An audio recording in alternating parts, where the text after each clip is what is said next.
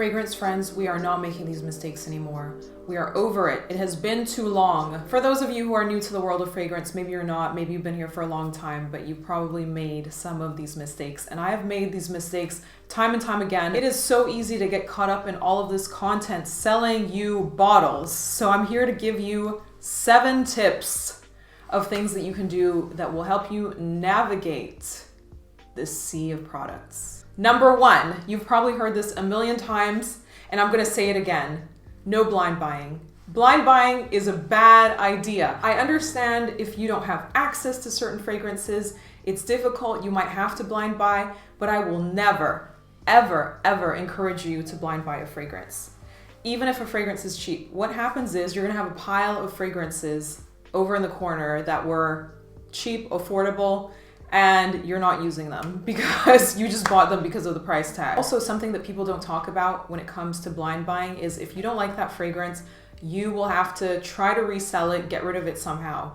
This is even harder when the fragrance that you bought is some depth of the niche type of fragrance. The blind buy risk is actually even higher because it's probably a more unusual fragrance, and then trying to resell it is gonna be, it's just a mess, okay? I've been there so many times. Number 2, judging an entire fragrance based on the first 5 minutes. People do this all the time, especially walking through a department store. You'll spritz it on a blotter, on your skin, whatever. Go, wow, this is incredible. Especially those luxury brands, they know how to swirl you around their finger in the first 5 minutes. I'm gonna buy it right away. If you haven't worn that fragrance for an entire day, give it a full day's wear before you decide. And another issue is, this is actually an extra tip, bonus tip over here. Do not try more than 2 fragrances at a time. That's right. If you try 10 plus fragrances at a time, you're gonna walk out with nothing. Or you'll walk out with something and you'll regret it later.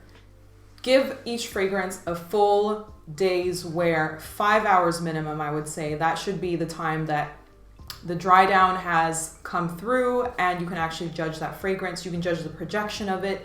You might also love a fragrance by how it smells, and you know, the notes could be exactly to your taste, but wearing it is a different scenario. Wearing it, you might go X amount of hours and be like, what is that? What is that cloying scent? So please do not make that mistake of buying right away. Mistake number 3, buying something because it smelled good on somebody else. How many times have you asked somebody what fragrance they're wearing and then gone out and pursued that fragrance? I've done it.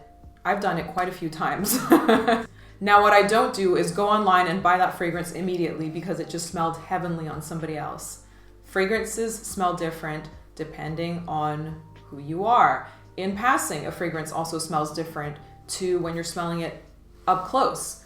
A fragrance differs based on weather conditions, how much a person perspires, hormone levels. There's so many variables to how a fragrance is going to smell on yourself. So please do not buy a fragrance because you smelled it on somebody else and it smelled amazing. If you're enjoying this video so far, please give it a thumbs up down below. Mistake number 4, paying a lot of money for a non-perfume. What is a non-perfume? A molecular perfume. Exhibit A, eccentric molecules, right?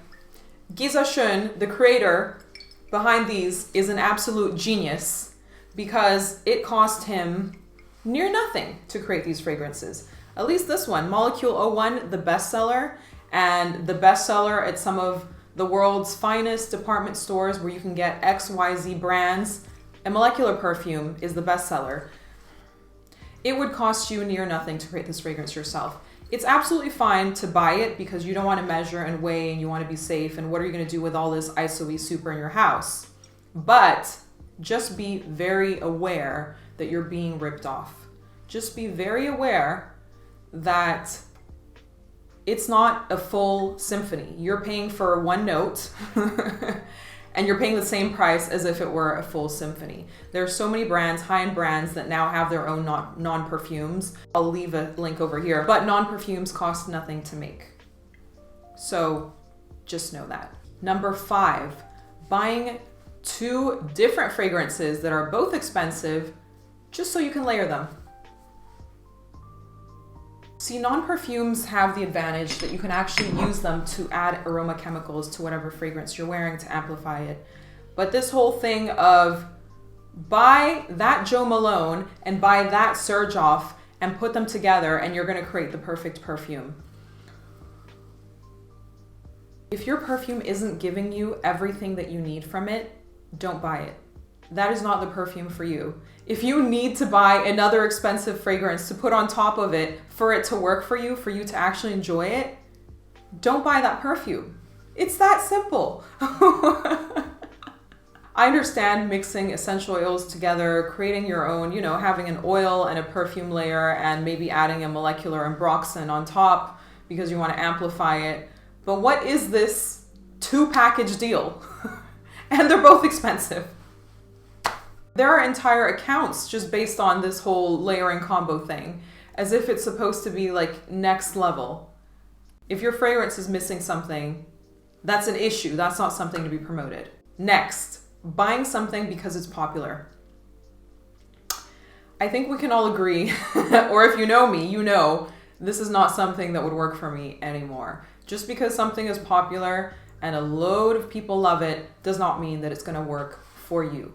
Hence the blind buying. Avoid that, please, at all costs. Perhaps you have popular taste, and that's okay to admit that you have, commercial taste or taste that a lot of people also share. But still, that still doesn't mean that that specific perfume. There's so many times that people write in reviews, I really wanted this fragrance to work for me, but it didn't. That happens more often than not. The last mistake is an important one. Expensive does not mean better.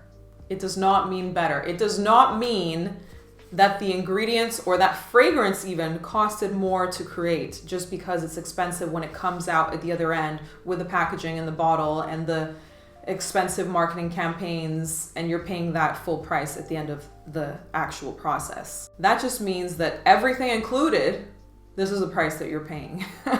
It does not actually say anything about the juice. Some of the best fragrances that I've ever tried have come in the simplest packaging. Really simple, minimal packaging.